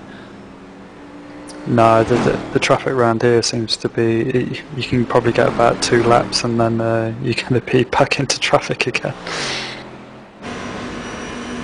Okay, we haven't spoken much about Oliver really. He just seems to be driving away. just consistently like low 14s, high 13s, just absolute machine. Well, that's really the mantra of someone who doesn't have a lot of pressure on him at the moment. Though he has made mistakes from the lead before, Mr. Brown. As we are in car now with Jason Brown, as you can see, Jason Brown catching up with the Peterson wheel, and you can see, look at those 2-3 cars in front as well. I don't think they're on the same. They're all lapping each other, and there's certainly one GT2 amongst them as well.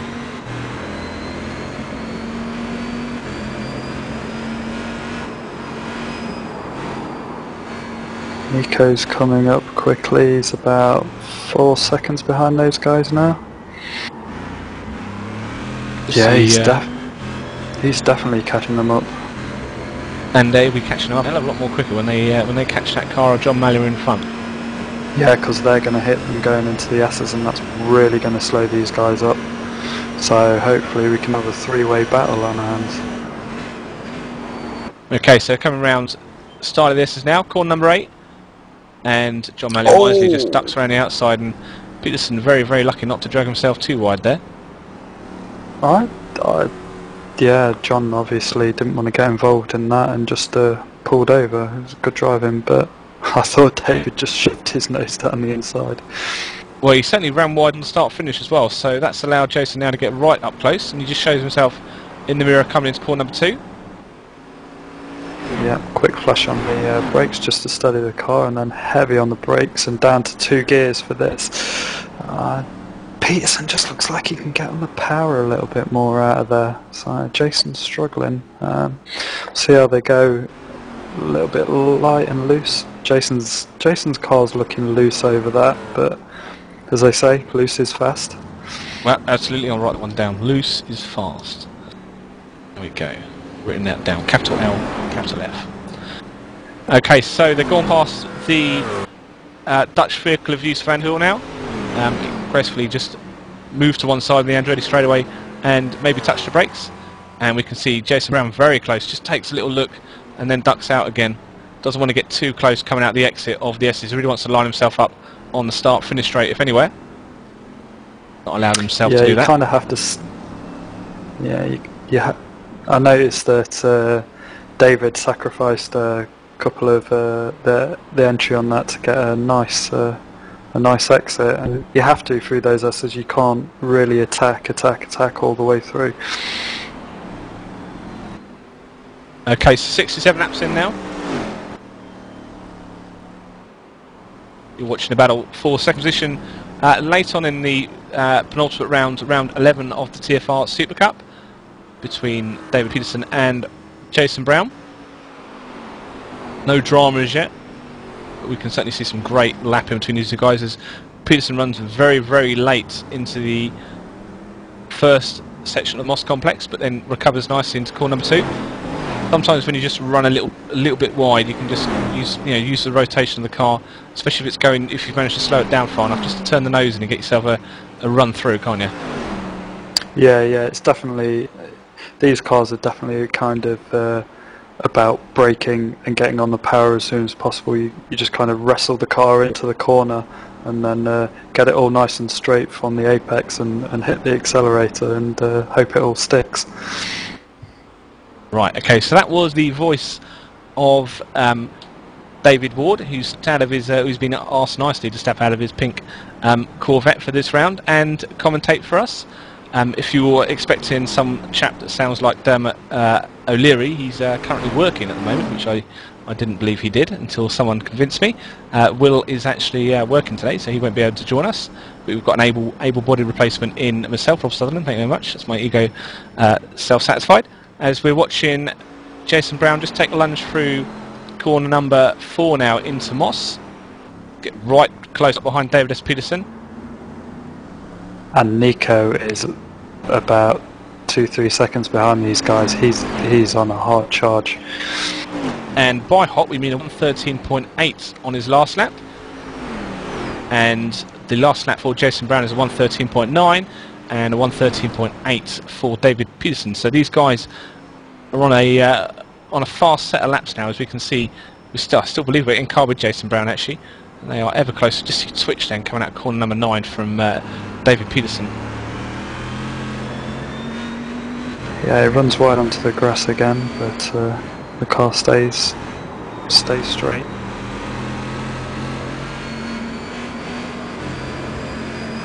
They're catching up to Neil, so hopefully Neil will just pull along to one side and let these guys carry on racing. Jason he just seems like he's off the pace a little bit now. Okay, so maybe settled. Maybe with 4 minutes left of the race, he's decided just to set off 3rd position, unless David Peterson makes any massive mistakes, as we can just see him slide through. Right, okay, that's going to compromise his speed in the straightaway, because that was a bit of a slide then for Mr. Peterson. Yeah, sliding the car is not the fastest way around the track.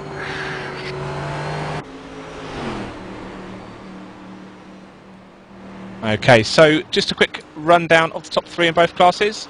Top 3 in the GT1, which is Corvettes: Oliver Brown 1st position, David S. Peterson 2nd, and Jason Brown 3rd position. In the GT2s, 4 GTs, Kimmo Surinnan, the championship winner already, is in 1st position, 2nd position Victor Bubnek, and 3rd position is John Malia. And great drive back from Mr. Malia as well, who had a bit of a drama in the race. And we're still watching a battle between Jason Brown and David S. Peterson. Yeah, this is definitely the battle to watch at the moment.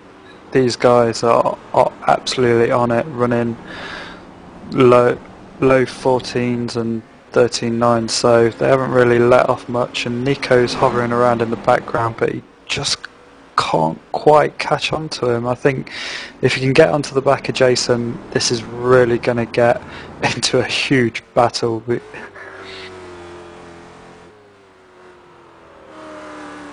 Okay, so we can see Neil Heckens just pulled to one side, and he just touches the grass well by doing that, and Jason Brown now has closed right up to David S. Peterson. He shows himself the inside now. Oof, don't want to do that. Just tucks himself back into the S's. Feels like this battle's been going on for sort of about 15-20 laps, isn't it? David's definitely able to take soaking up the pressure from Jason. He runs a little bit wide, kicking up the dust there. Just pulls himself nice into 1st corner as well. Nico's got held up by back markers again. How much time have we got left on this? What's the clock saying? The way my clock says, we got 2 minutes 50, I think, or 1 minute 50. Sorry, 1 minute 50. Okay, so unless David actually makes a mistake, I can't see Jason getting this. He's not close enough to do anything. I certainly can't see Nico Brandt catching either, really. Although it's a great drive by Nico. Yeah, really good drive. So, who did we say our driver of the day was? Well, I said early doors. It was John Malia. Yeah, I think. You know what? I'm actually going to say Jason Brown. Oh, okay. Okay, he's where has he gone? Has he disappeared from my screens? Oh, it looks like he's had an issue. Oh, this race doesn't disappoint. Jason Brown from 3rd position has had connection issue. Ah, he's back. No, we can still see him back.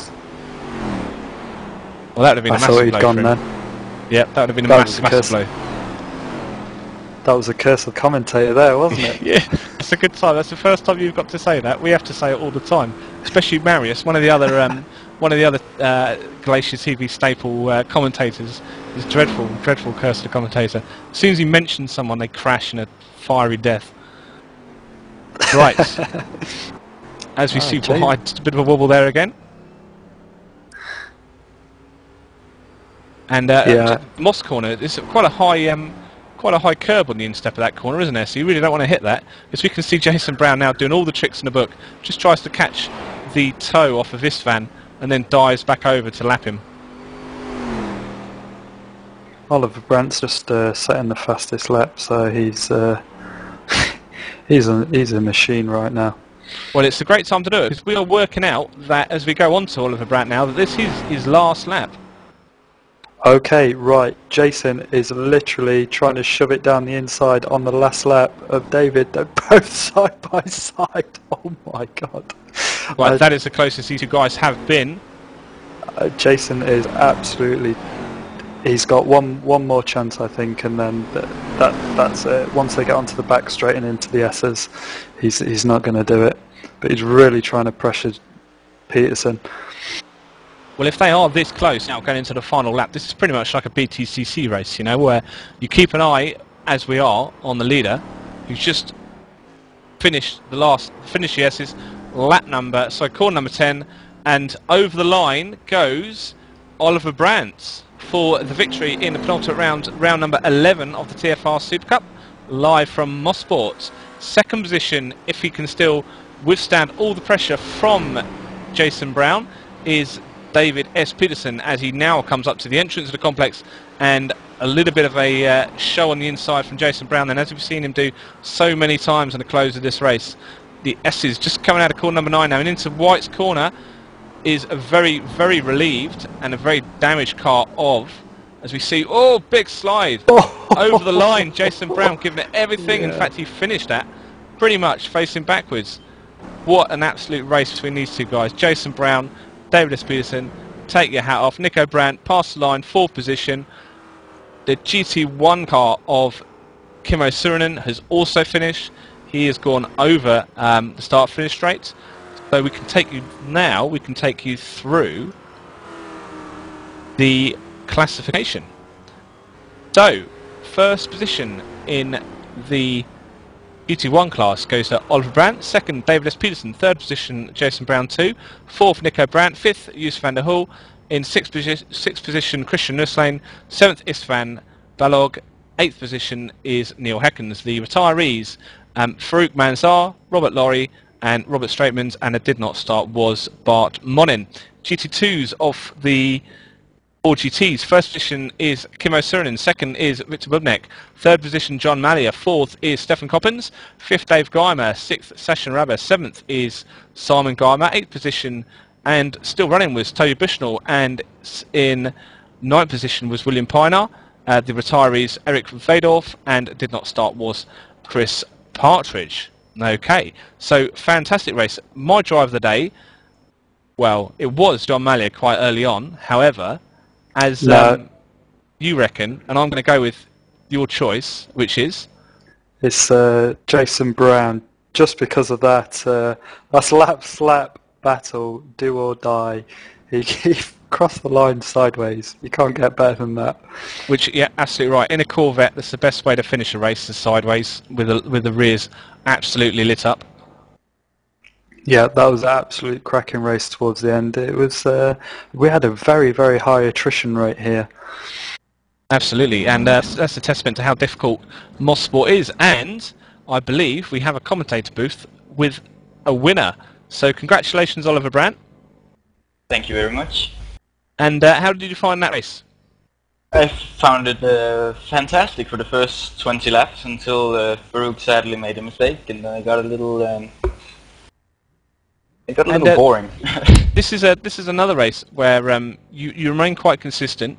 You start from third, fourth, fifth, and through consistency, you're sort of gifted places, really. Yeah, well, last week's Mosport suits me a bit, so I have a lot of laps here, so I had no trouble just getting in a groove, and we started driving out there. Farouk was very fast. I could hardly keep up with him. I lost some time for traffic, and then he lost a little time, and I gained back up and back and forth. And then eventually we had this little accident where he spun off. Okay, so I believe, and I'm terrible at maths, but you're pretty much certainly nailed on now for the Drivers' Championship in the GT1s. Well, David Peterson has stated it, so he's the math genius in the series, so I'll take his word for it. And congratulations for that as well. Quite an unassailable lead with a rich vein of form towards the end of the series. Yeah, thank you very much. Very very happy to have it clinched now. Takes off a lot of pressure for Road Atlanta. Okay, so we also have the driver of the day from both the commentators, Jason Brown. Welcome to the booth. Yeah, thanks for having me. Absolutely storming racing yourself. We were quite ecstatic with the pace you guys were showing behind David S. Peterson and catching him up. How did you find the race? Well, it was good from my perspective. Again, there was a lap 1 incident again and gave me a couple free spots, and then I guess Farouk went off and found myself in 3rd place, and it was pretty boring for the most part there, and then catching David at the end, that was a lot of fun. And were you aware that David did have a little bit of damage on his car? Well, I think he had contact on the first lap, or somewhere early there I saw him go off, so when I started catching him, I assumed he wasn't at full pace, because early in the race he just left me. So I assumed something was going on, but and what was it like? Hard to feel bad. What was it like going through the field? You're about a second or so behind David, and just behind you, you can see Nico Brandt doing his usual and storming through the field and catching up bit by bit. Yeah, it was pretty nerve-wracking for a while. I had about an 8-second gap on Nico for a lot of the race, and then it seemed like right when I started catching David, he turned it up a little bit, and he was taking big chunks out of the margin. That's why I was pushing so hard to get by David, because I knew if I didn't, Nico was going to end up being there by the end of the race. And speaking of David, we have been joined by Mr. Peterson. Hello, Mr. Peterson. Hi there. Congratulations on 2nd place. 2 quick questions. How's the adrenaline and how are the nerves? I'd say both of them are pretty worked up. Jason Brown was really breathing down my neck at the end there. I think I almost messed it up around the last turn. Well, I did screw it up a little bit. I think he went for a slide across the finish line. But yeah, after I'd had the trouble getting past Istvan, my car was a bit damaged. I couldn't make right turns quite as well as I could make the left turns anymore, and so I was suffering at turn 3 in Moss and that last turn, and so I was worried that I was going to lose it to Jason as well. But it worked out, just barely. Fantastic. And that was you did actually have a bit of a... We were wondering why you were fighting with this fan, because he hadn't pitted yet, and you were running at race speed still. So that was a bad place to have a bit of an incident. Well, what was going on, I knew my championship was pretty much over after the beginning of Phillip Island, but there was still a mathematical chance that I could win. It would require that I'd have to come in first and Oliver would have to come in third. And so I was still operating in this race on desperation, really. I think I'd said before that I thought I was pretty good on Mosport, but I realized once I started running it this week that the last time I ran Mosport was on the old tire model, and on the new tire model I was like, oh, I'm having to refigure this whole thing out. And I just wasn't picking it up so fast, so I just didn't have the pace to beat Oliver today. Oliver was just awesome, and so was Farouk. They were going, but I was going to give it a try anyway, and I made some desperation moves, and they led to mistakes that slid me off the track. But I had to try. And a fantastic effort it was as well. And I did actually completely forget, although it was quite a highlight, Mr. Brown finishing that race sideways. How nervous was that? How nervous were you there, Jason? No, not really at all. I knew I was going to make it to the line. I saw him bobble, and I had a run, and then at the last second it just started spinning, and there was just no way I was backing out at that point. Fantastic. Right, okay, so now we can go on to the GT2s, and we had a excellent recovery drive from my early drive of the day, which was John Mallier. Welcome to the booth, John. Thanks for having me. And you're a bit quiet, John. You're quite far away. You're the other side of the room again, are you? Is that any better? That's fantastic. How did you find your race, John? Pretty miserable. Made a mistake in the early stint and cost me second. I was kind of battling my way back the whole time. I really couldn't make a dent. And we certainly saw you fighting between, I think, Stefan for a while, and also you were behind Toby Bushnell for quite a bit of it as well, trying to fight and get past that. That must have given you a bit of excitement fighting your way through the field. Yeah, it was great. I love racing against these guys. They're awesome. Sorry about that little bump, Toby. It was unintentional. No problem at all. And we have been joined by the series director, Mr. Bushnell. We'll bring you into the conversation now, Toby. You didn't. It's fair to say you didn't have the best race today. No, my profession wasn't very extensive for today. Mosport's a circuit I love, but I only managed to get about an hour in on Tuesday, and then my sister was getting married yesterday, and I was quite hungover this morning, and only woke up about an hour before the race. So yeah, I was getting mileage in the car with that car track combo, but it's still a lot of fun, and obviously very happy for Oliver to seal the title in exactly, I'm sure, the way he would have wanted. And great win for Kimmo and great result for Victor as well. I think he's going to be a great up-and-coming driver. Fantastic. And I'm just trying to work out if we have any more questions for today. We can pretty much say that the driver of the day was Jason Brown. Early driver of the day was Mr. Malia. And Oliver's now caught the championship. Congratulations, Oliver. And Toby, is there any chance you can just take us through? Obviously, we talked last week about the Green Hell, which is coming up for the week 13. The Green Hell. Green Heaven. Green Heaven. Sorry, ever so sorry. There might be some racetrack in Germany that got quite annoyed with me for saying that. Can you? Are you going to disclose any more Talk Fleet racing events that are planned and have been announced?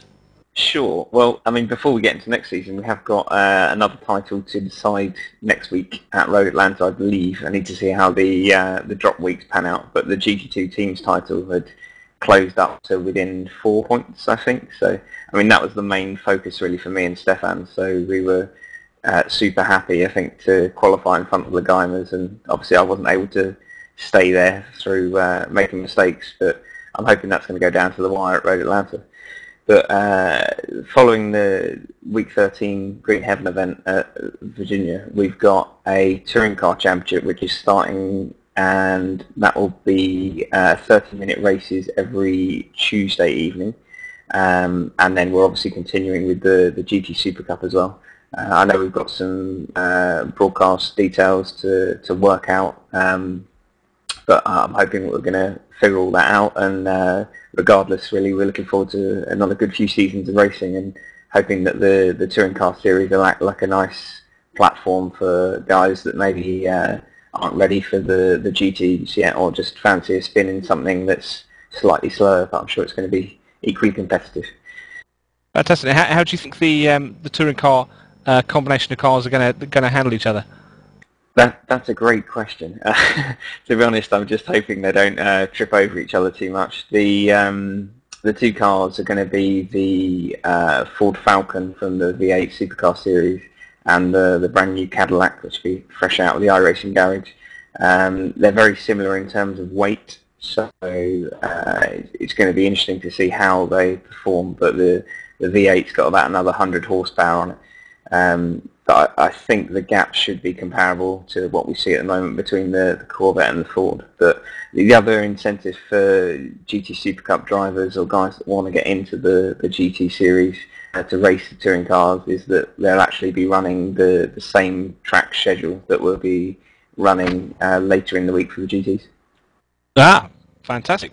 Well, it's a nice little snippet of information there from the series director Toby Bushnell. A couple of bit more information for all of our viewers.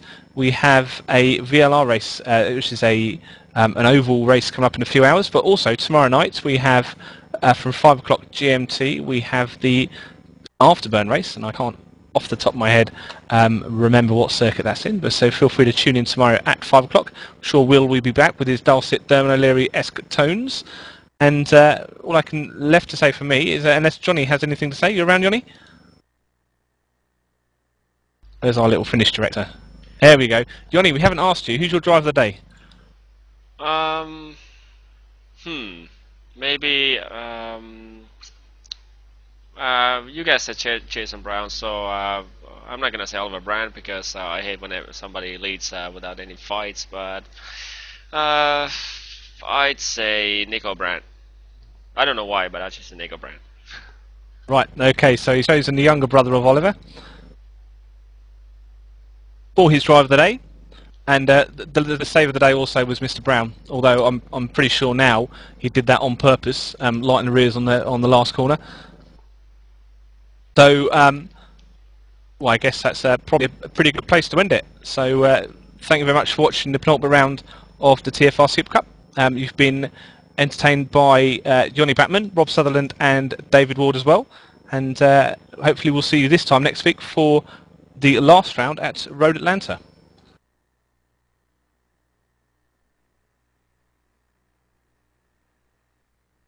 Here